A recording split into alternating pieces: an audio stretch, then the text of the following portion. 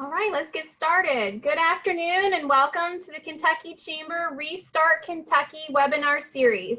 Today we will be talking about upskilling. I'm Katie Adams, Executive Director for the Kentucky Society of Human Resource Management. This is an important conversation in my field and a responsibility that is always top of mind for HR professionals. Filling skill gaps, ongoing training and development, along with reimagining the workforce of the future, since the ground is perpetually shifting beneath our feet. Before I welcome our panelists today, I want to thank our sponsors in this effort, the Kentucky Community and Technical College System. They are wonderful partners of ours on a variety of issues, and we always welcome their expertise. If you are new to the Restart Kentucky webinar series, welcome. We started this program at the beginning of the pandemic as a way to educate our members and partners on issues related to COVID-19. We've hosted more than 20 discussions since this spring. You can view our Restart Kentucky page by visiting kentuckychamber.com and clicking the Restart banner at the top of the page. In addition to recordings of past webinars, you can find resources on Healthy at Work and the reopening schedule, which we update as the governor makes new announcements. We will record this webinar today, so you will be able to access that recording later in case you need to step away or want to revisit something. You can also use the chat button at the bottom of your screen to chat directly with me. With that, I would like to introduce our wonderful panelists today. Mary Pat Reagan, Deputy Secretary, Education and Workforce Development Cabinet, Michael Rodenberg, CEO, Murakami Manufacturing, Dr. Larry Ferguson, President and CEO, Ashland Community and Technical College, Lakisha Miller, Talent Pipeline System Leader, Kentucky Chamber Workforce Center. Thank you again for joining us. Let's get started. So first, panelists, let's do a quick introduction to kick us off. I'd like to give you each 60 seconds to tell us who you are and why this topic is important to you. So Mary Pat, let's begin with you. Okay, thank you for the introduction. I'm Mary Pat Reagan. I'm the Deputy Secretary of Education and Workforce Development. My background, I was the state president for AT&T. I retired in 2016. Then I did some work with women and minority-owned businesses. And then I came to the cabinet January 1st, and then the pandemic hit. So, I think this topic is really important. I think the pandemic certainly has shown us that we are going to have to think how we are going to upskill our workforce and probably bump that up 5 years earlier than we thought we would. So looking forward to today's webinar. Great, thank you. Michael, how about you? I'm Michael Rodenberg. It's a pleasure to be here today. I am the Executive Director of Murakami Corporation of Japan and also the CEO of Murakami USA. I have the privilege to chair the Workforce Center, as well as I chair the Education Workforce Council for the Chamber, for the State Chamber. And so with that, as you can see, I'm very much engaged in workforce development, have been for several years. It is a passion of mine to create opportunities so that young people can get into the workforce and make sure they have the right skills to do that. So it's a pleasure to be with everyone today. Thank you, Michael. Dr. Ferguson, would you like to go next? Yes, thank you. I'm Larry Ferguson. I'm the president of Ashland Community and Technical College, part of the Kentucky Community and Technical College system, and there are 16 of us. Prior to becoming the president here, I'd served as a vice president and a vice chancellor over economic and workforce development for KCTCS, and I spent the first 15 years of my career in corporate training with companies as diverse as Dell Computers to Hooked on Phonics, believe it or not. And I also served as a president in Alabama and worked with the chancellor there on workforce development issues. In essence, I've spent my entire career helping to try to make that link to bringing folks out of poverty and other situations through education and meeting the needs of business and industry. And so that's what my entire career has been focused on. Perfect. Thank you for joining us. And finally, my friend and colleague from the Chamber, Lakisha Miller. Good afternoon, everyone. To all the virtual attendees out there, and of course, a special thank you to all the panelists that I'm presenting with today. My career really started with the Workforce Center about 2 years ago, where I served as a project manager with our talent pipeline management workforce initiative. So now I serve as the system leader, which I really oversee all of our project managers throughout the state regarding talent pipeline management. The awesome thing about the work that we do in TPM, as I'll say for short, is we work with businesses day in and day out, engaging them to work together as an industry to solve the skill gap issue that we know exists. So upskilling really is so important to the work that we do, because employers really are in the driver's seats to signal what they need from the workforce of the future. And then we work together to partner with education and workforce and any other organizations to communicate or really clearly signal what are those in-demand jobs, and what are the skills that they're going to need from the workforce to be successful. So me personally, I think this is a personal passion of mine. It's a personal passion of my team and the work that we have done in the last 2 years. So really excited to dive a little deeper into this conversation. Great, thank you, each of you. So let's go with the first question. What is upskilling, and how can we help Kentuckians achieve it? Along with that, what role do businesses, educators, and government play in upskilling? So I can jump in. So I'll start. I'm not shy. So I guess my definition, or the way that we look at upskilling, is it's simply identifying those emerging skills or skill gaps that exist and create a framework to train the workforce, right? So trust me, I spent all last night figuring out what's the simplest way to communicate that definition. That's what I came up with. So hopefully it makes sense. But I really feel like, speaking to what I spoke to earlier with TPM, really getting employers together to communicate and signal that to the workforce. We know that the pace of the workforce is changing rapidly, and COVID has honestly sped that up. So we know that automation was really at the cusp of being the thing that would take a lot of jobs, right? And that's still there. Technology is increasing daily. We're using technology right now to connect. So that continues to be a threat in the industry. So I do think that even if COVID did not happen, we would still need this conversation in regards to upskill. I do think businesses have to lead this effort in tandem with education and workforce partners, right? But it really starts with businesses signaling those jobs, and not only just signaling the jobs, but really, and TPM does a great job of this, going through and analyzing what are those key skills or competencies that we need. What can we work with KCTCS or other workforce partners and education partners? What programs do we need to implement, right, to make sure that we have something built that aligns with the needs of business for the future? So I would say that is just going to make us stronger and more well-positioned as we move out of COVID. If we start having, I mean, it's great that we're having this conversation now, but quite honestly, we were having this conversation 2 years ago, right? Because we knew that automation and just technology was a threat, and we had to get in front of that. So just a short answer. I would support Yeah. what Lakisha says. I'm sorry. Support what Lakisha said. But that term upskilling is not a new term. I mean, in my career, we've been talking about upskilling for 15 years. And for me, the audience is a little different when you define that word. For me, it's talking to prospective students or dislocated workers. And it's about expanding and broadening your skill set to meet the needs of business and industry. It's about getting the skills, to pay the bills. And so explaining it in those terms is something that's important for us in education.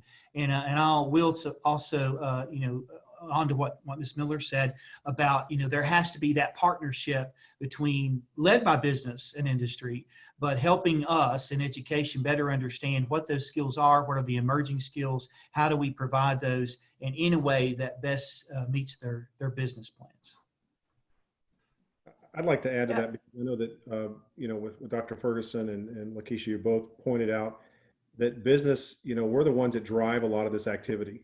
We're the ones that, hire the people and put them to work, and we're the ones making the product. One of the challenges we're facing right now in business, and as a business leader, is it's kind of like we're flying a 747 and we can't land.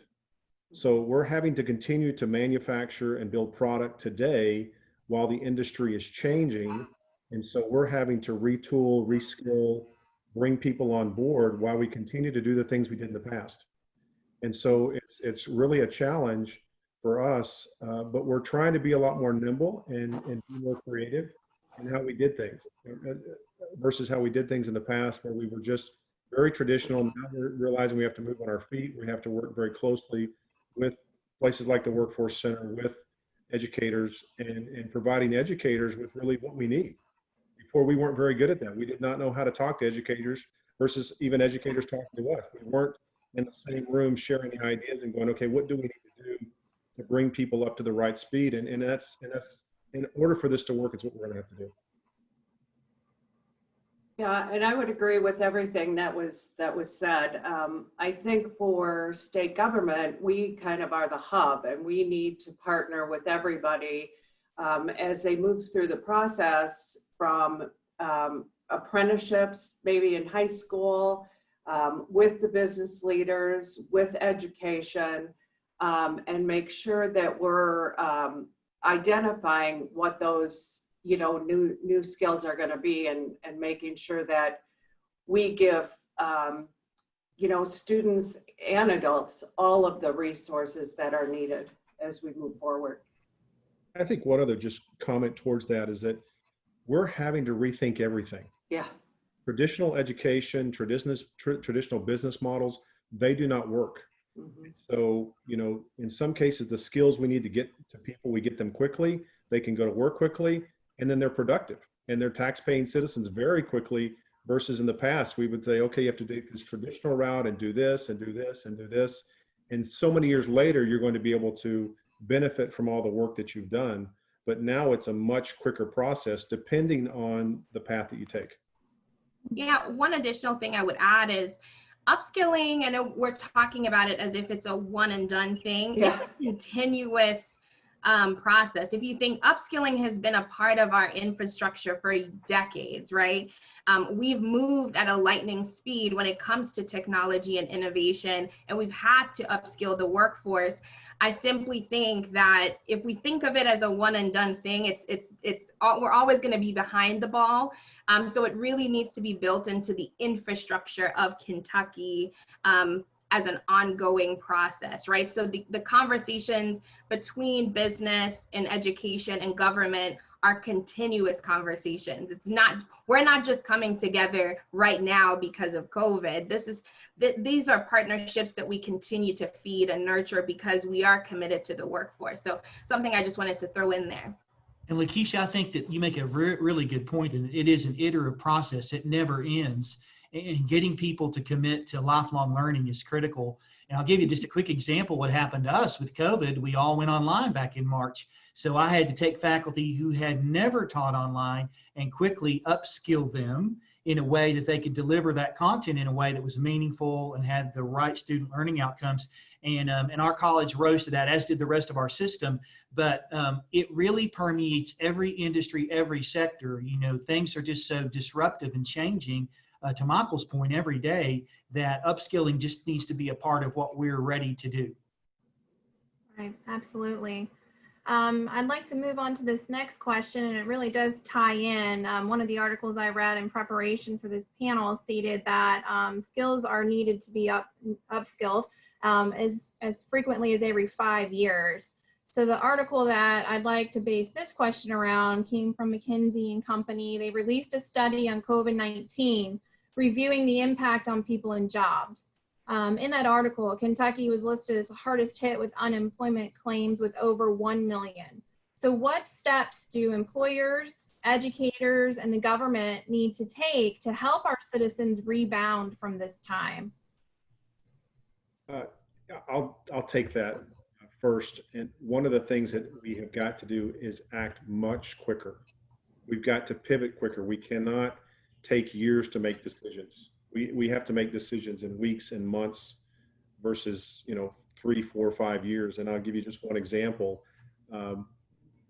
I was talking to a plumber, professional plumber, this week, and I asked, what a great career for someone to go into. In the state of Kentucky, in order to become a master plumber, it can take up to 8 years. And I never thought that. I was like, that's as long to become a doctor. That's how long it takes to become a master plumber. And I'm like, you're kidding me. He goes, yeah, all the training and certification and hours worked before I can get that certification. It's like, does it really require that, or is that how it was done in the past? And so we really have to go back and reevaluate what is needed, and does what is needed, does it match with what we're doing? Or are we putting barriers to entry on individuals because of a system that's outdated? And I think that's one of the things that, and it's not just government, it's education, it's also business. We do the same thing. We have job descriptions that are outdated and that do not fit what the actual team member is doing. Yeah, I think that's a really good point. And I think letting, students and adults know that, 4-year degrees are great. It's not for everyone, but there are so many resources for a 2-year certification and to get a job right away. And so from a government perspective, I think we need to do a better job of getting out in the state into those career centers and helping identify, what certificates or what education. And then listening to what they want to do, not just telling them, here's what you need to do. Yeah, sorry, go ahead. I was just going to say, on to your point there, I read some research just recently saying that in community and technical colleges nationwide, 20% of the students who enroll in technical programs already have a bachelor's degree. Right. Before they go to a community and technical college, because they need the skills that are actually going to pay them a living wage. And so I think that's a good point. Clearly I have a bachelor's degree, and I think that's the right path for many people, but there are lots of other paths that can get them to a good job. Sorry. And one of the other things that we've been talking a lot about is how do you get credit for the work you've done previously, so you don't have to start all over. A lot of those skills can transfer. So, we just need to take a look at, are we putting barriers in place that are hindering people from taking that next position? Yeah, so Mary Pat hit on exactly what I was going to say. I think as a workforce community, we have to examine what barriers have we put in place that has hindered the workforce even pre-COVID, because we can be honest with ourselves, and I think Michael said it best. When was the last time you looked at a job description and really analyzed the skills that makes that person in role be successful, right? And that is critical, because that's really the first interaction that your talent has with you, right, and that job. So if we aren't up to date on that, that could create a barrier in and of itself that these people don't want to apply now, right? They're like, this is too outside of what I thought this would entail. So I do think there needs to be a shift to skill-based competency, and Mary Pat, you said it perfectly. How do we reward people for the experience that they bring to the table, even if it doesn't line up with, X, Y, and Z that we've listed on the job description? One of the things that we've done at our company, because we're a manufacturer in Central Kentucky, and we started to recruit operators. Just like you would recruit an accounting person, just like you would recruit, professional skills, we started to recruit individuals that had 5 years of working in the automotive industry. Because one of the barriers to entry in many manufacturing jobs, people will not shift jobs because of the fact that they have to start at the bottom. Mm-hmm. But we looked at it as like, hey, you've got 5 years of automotive manufacturing, you understand the systems, you understand all the things that we need. So why can't we just bring you across as if you were, and then go ahead and build from there? And it's something that's allowed us to further develop our workforce. And of course, now it started a trend and everybody's trying to do it in our region, but it was something we had to think out of the box to do that. It was quite effective, and it really helped us fill a gap. But then it also allowed us to bring those skills in-house. And now we have a much more diverse workforce with other talents that's even helping level up our own workforce today and making people realize that, hey, we've got to level up our own skills. We've got to improve our own capabilities, because these individuals can come in that may force us to it could put our own positions at risk.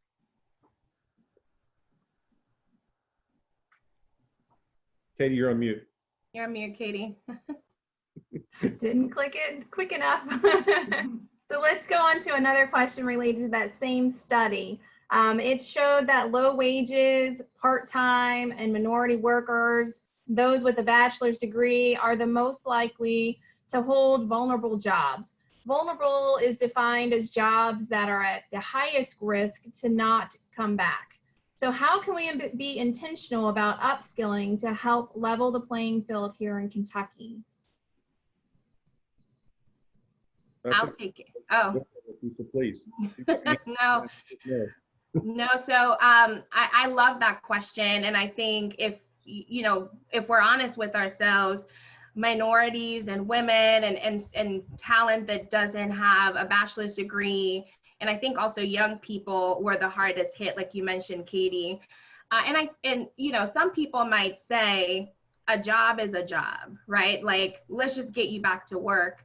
And I would push back a little bit. I think that as the business community and education and government, we really have to be intentional about creating a career pathway that's meaningful, that pays people a livable wage, or at least gets them on a path to doing that. And I think as we discuss upskill and identifying those skills and being faster and quicker, I do think we have to put thought into how are we getting people back to work, right? What are the resources that they're going to need? Knowing that we've identified these targeted populations of people, what can we do to help them overcome these barriers? Now that we've identified they are the hardest hit, I think it behooves us to take a look back at why were they the hardest hit, right? And maybe start to be intentional about creating equal or equality or a systematic change to the way that we've traditionally done business. And I think part of that is what we discussed previously is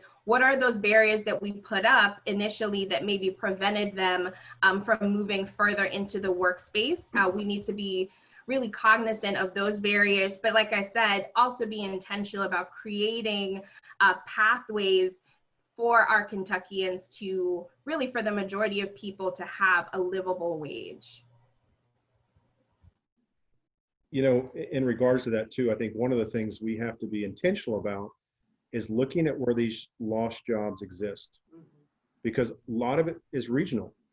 As I mentioned earlier, as I was talking with the group, is that in our region, we don't have enough people to do the jobs we need.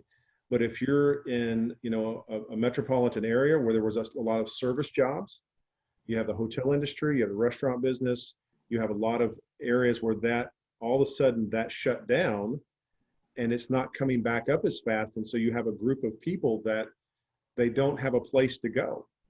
And how do you deal with that quickly? And it creates quite a challenge, because the other thing we have to look at is those jobs. As a society, we have to have all kinds of service jobs and working in the environment. But as Lakisha was saying, are those livable wages? Is there a path for those individuals to grow? And is that a springboard to do something else in the future? But I think we have to really look at as a state, where we were the hardest hit, and how do we address that in those areas? And Michael, to your point, I think I mentioned this to you earlier. It is regional. I agree with your point on that, because in Northeast Kentucky, where I'm sitting today, we have manufacturers also clamoring for that top talent. But I have a high unemployment rate, but with folks who don't have the skills to go into those jobs. So there is a mismatch between the two.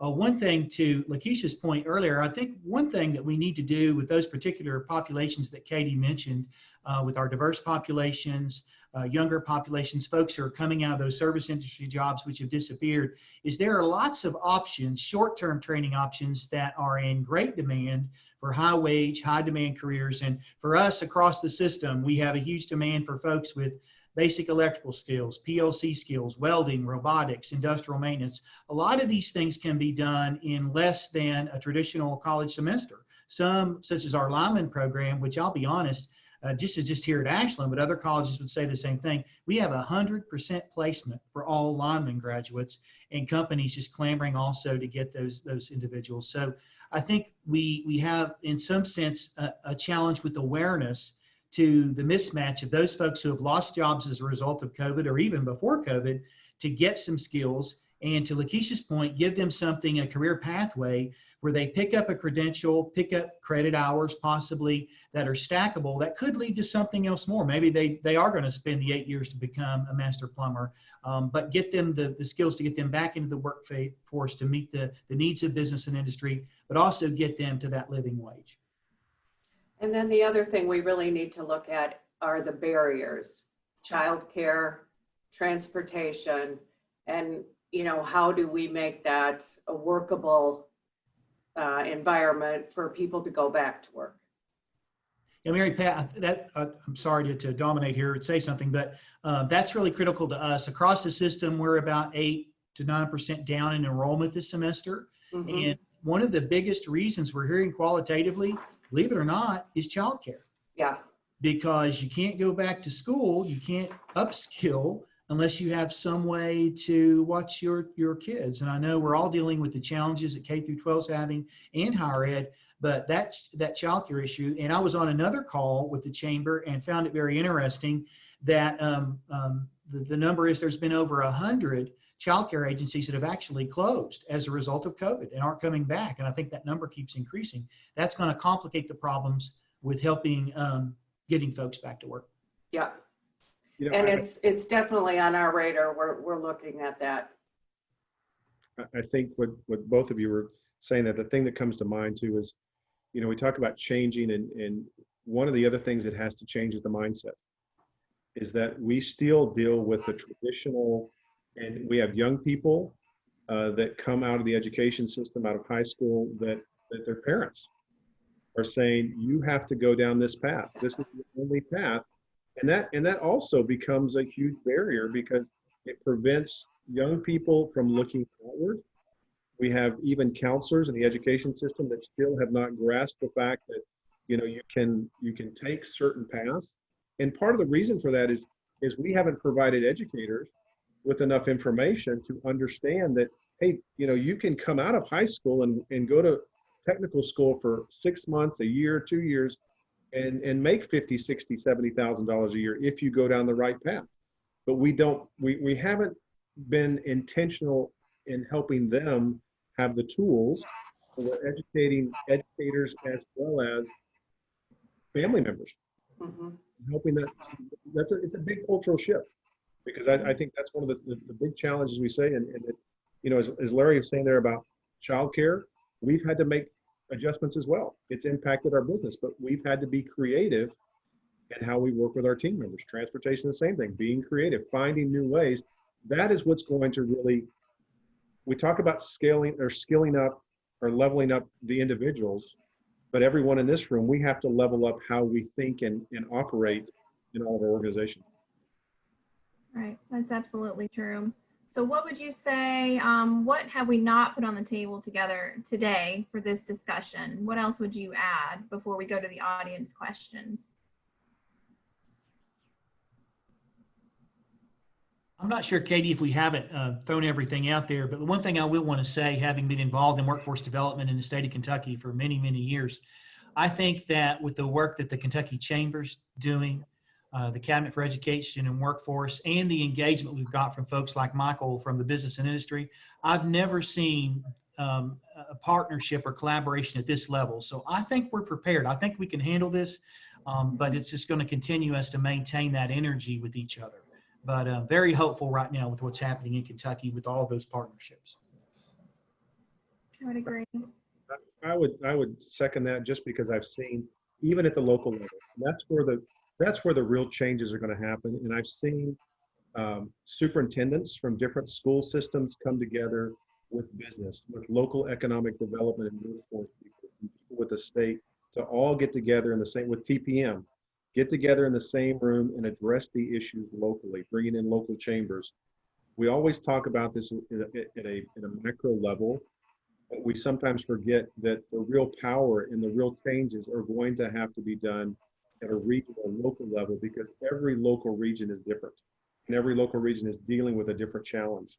And I'd say that's the one thing that I would to throw out there, is that we have to get our local people engaged. And some of that means a big mindset change, because if you get in the smaller rural communities, and I joke with my team all the time how much they love change. It's one of their favorite things. And anytime we make a change, it's like pulling teeth. But once we make the change, they all love it. But it's just getting past that point of making the change. And I think that's, if we can really engage our local folks, this will improve exponentially. We've done it at the top level. It's starting to filter down, but the quicker we can get the local regions engaged, it will move very fast.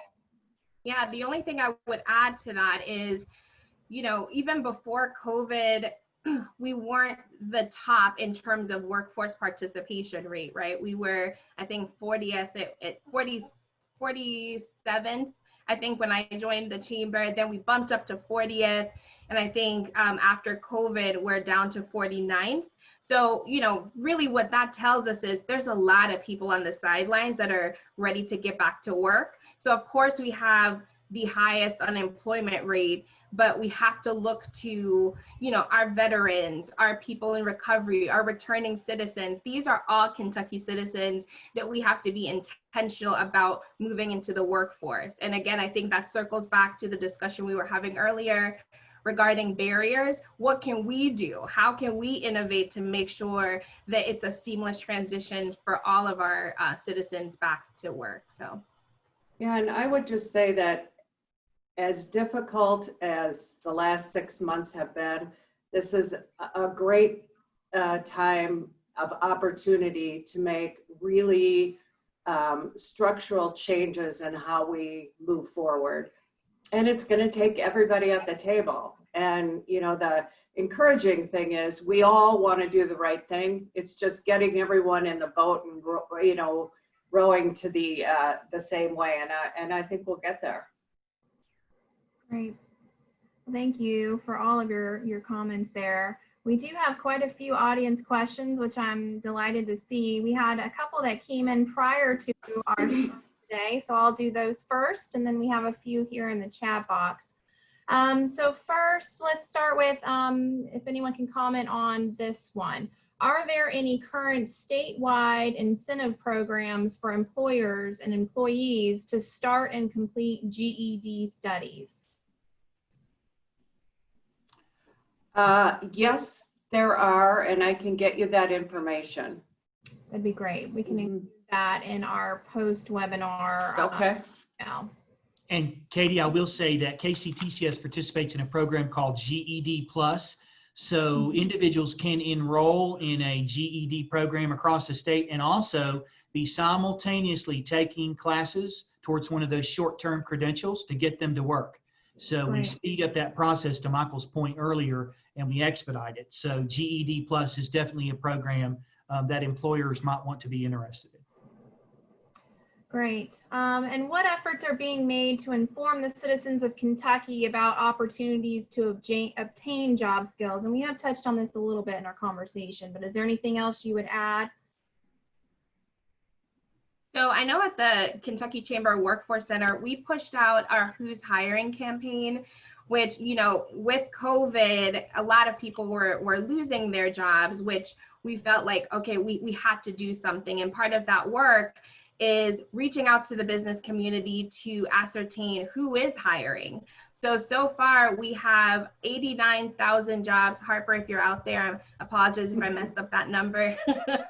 But 89,000 jobs really of employers that are hiring during this time. So that is just one effort that we've done, and we've pushed those reports out into the community so our citizens know exactly where they can go to for employment, at least during this time. So that's just one program that's been produced out of the Workforce Center. And really, honestly, through TPM, so through Talent Pipeline Management, we're connecting with businesses every day, regionally and throughout the state, in terms of identifying their specific critical positions that they're hiring for, and connecting them to short-term pipelines if that's what needs to be done, or creating a plan or putting a plan in place to build out a more formal talent pipeline. Okay, great. And we have another question here from Josh Williams. He says, great conversation. Thanks, everyone. A critical component to successfully upskilling and reskilling seems to be meaningful application of classroom learning in the workplace, such as learn then do. What does work-based learning opportunities such as internships, co-ops, clinical rotations, etc., look like in the COVID or post-COVID era? You know, I'll speak to that. We continue to do them. We haven't stopped.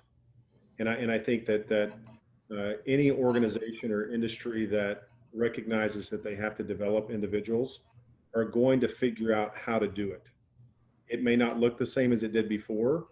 Of course, we have to deal with social distancing. We have to deal with masks. We have to deal with temperatures, all these different things we have to deal with now.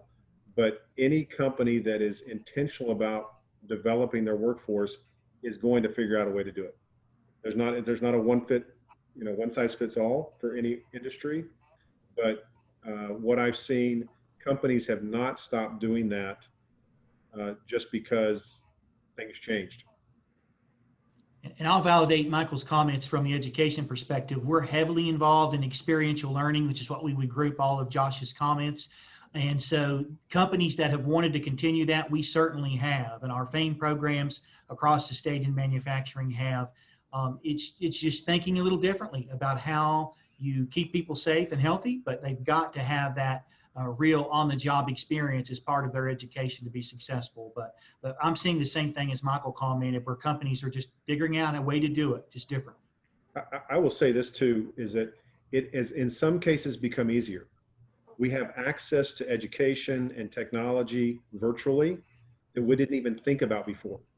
And that, to have someone, even if we're having people telework, it's like, hey, you can work at home, but you can still be educated while you're at home, just like this call. I mean, a majority of us are sitting from our homes.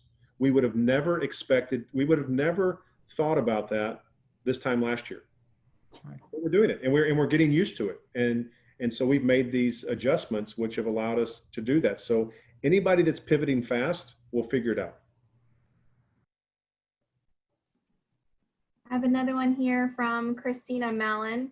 How do companies get involved with educators at all levels to help students understand there is a way to make a great living without the traditional four-year college degree? So is that directed towards a business or that? I'll say one thing. This is my soapbox. This is what I live for, is that business leaders, get your butt out of the office.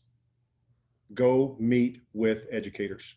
Go to the elementary schools, go to the middle schools, go to the high schools, and go to the tech schools and universities.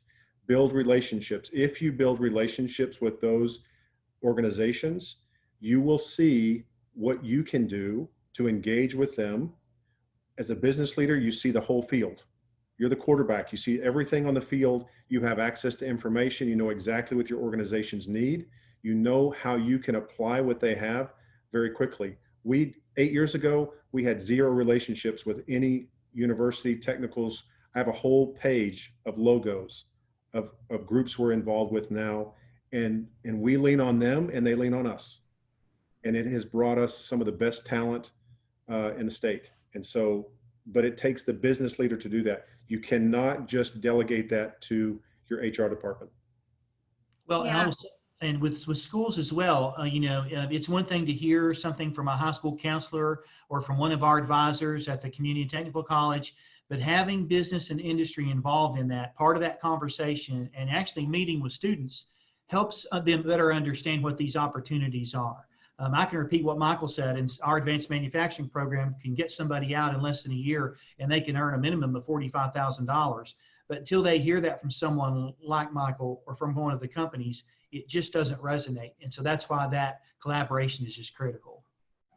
Yeah, and I think this is a great place to, just encourage anybody that's on the line now. If you are a business and you are ready to, take the challenge that Michael kind of put on you to get out of your business and get into the community, if there's a TPM collaborative that's near you, where we're already working as an industry to pull together our education and workforce partners to build that pipeline, get involved, right? That's an easy way for you to have a voice at the table, because we have no limits to the amount of employers that we want involved, right? Because I think the more that your voice is heard, the more influence you can have in creating the right program and bringing the right talent into your workforce. So get involved.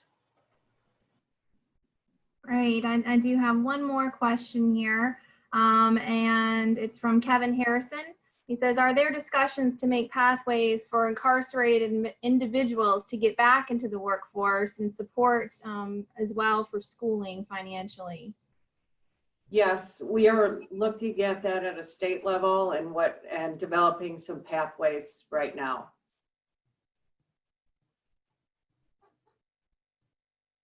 Okay, great.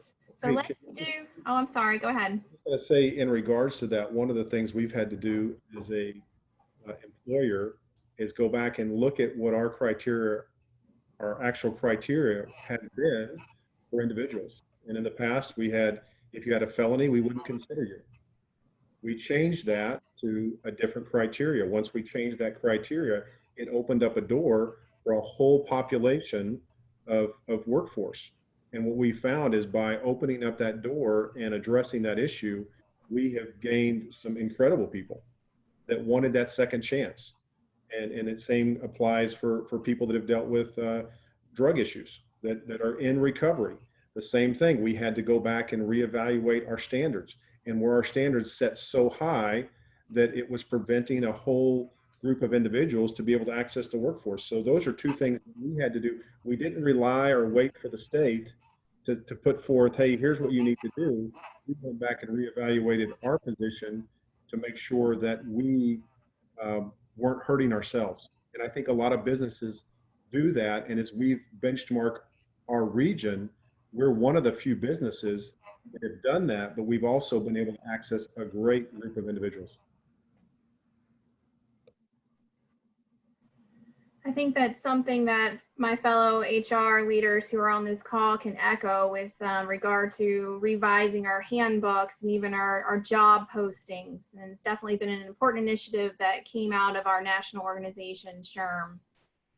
So let's do a lightning round, 30 seconds. Let's close out. And I'd love for each of you to tell me what is the biggest takeaway today for you, and what is an immediate step for action that we need to consider? Yeah, I mean, I can get started. I'm never shy. The people on this call know I'm not shy. So what I would say is there is no playbook, right? So we don't have a playbook, but we are charged with innovating and adapting during this economic downturn, right? And I think that's always been the road that we want to travel. But I think through COVID, we've been tested. But I feel so empowered and excited about the road ahead. So I would say that's my biggest takeaway, right? Because everybody on this call, we're already working together. We're already finding those intersections where we can create value. So that is the biggest takeaway. And I guess the challenge that I would put out there is similar to what Michael said, to businesses, and I've said a couple times, we have to lead the way, right? You are the one signaling the changes that our education and workforce partners are putting into play. And even to Josh Williams' comment in terms of saying work-based learning opportunities are so crucial for our kids, right? So how do we continue to create engagement even at a virtual level. And in the Workforce Center, we have the Bus to Business program that is really innovating right now and saying, hey, we want to connect with students and we want to connect businesses with students throughout the entire school year. And guess what? We're going to do that virtually. So, you know, two things, I guess, is if there's a TPM collaborative near you, join one. And if there's not one near you, let's create one. And also, if you are interested in the Bus to Business program or getting involved with any of the work with the Workforce Center, please don't hesitate to reach out to us because we're really excited for what the future holds. Yeah, I would say what Lakisha said about there isn't a playbook, which is great because you can be innovative. And I think the biggest takeaway for me is we need to act, and we need to act quickly and start, you know, getting out of this kind of environment we've been in. And, you know, people, you know, there are going to be mistakes made, but we can try anything and to see if it'll work. And then, so I think we need to move faster and then look at really what students are saying to us they want to do, and will there be positions or pathways for that as well? I would say really for me, it comes down to continued collaboration, like I think we're representing on this call, communication, making folks aware, the dislocated workers, the disenfranchised folks, of what the opportunities are. And when it comes to opportunities, I did notice something in the chat. Someone said, are there dollars, you know, to help support some of these things? And there are. We're fortunate in Kentucky to have the Work Ready Scholarship, federal financial aid. There are lots of grants that are available, scholarships at each one of the individual colleges. We owe dollars.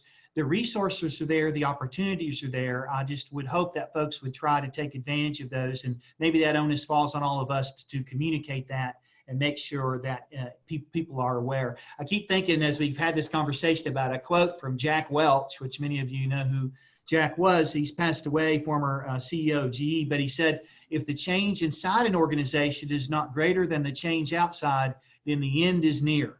So to the several points that Michael's made today, we need to change, we need to pivot, we need to adapt, and quickly to meet this need. You know, and I would close out. You know, everybody made great comments that apply to all of us. I would just wrap it up by just saying, act quickly, and don't be afraid to act. Innovation comes from ideas, and if you have an idea, act on it. There's no bad ideas, and so what you'll find is Bus to Business came about because of an idea, and that's all it was. And so if you're trying to address a problem in your organization related to workforce, or you're the education or the government side, it doesn't really matter. If you have that idea, act on it, and you'll find more often than not that it will create a solution. Great, thank you. That concludes today's Kentucky Chamber Restart Kentucky webinar on upskilling. Thank you to our panelists, our sponsor, the Kentucky Community and Technical College System, and to each of you for attending and participating in this important discussion. Thanks, Katie. Thanks, Katie. Thanks, Bye. everybody. Take care.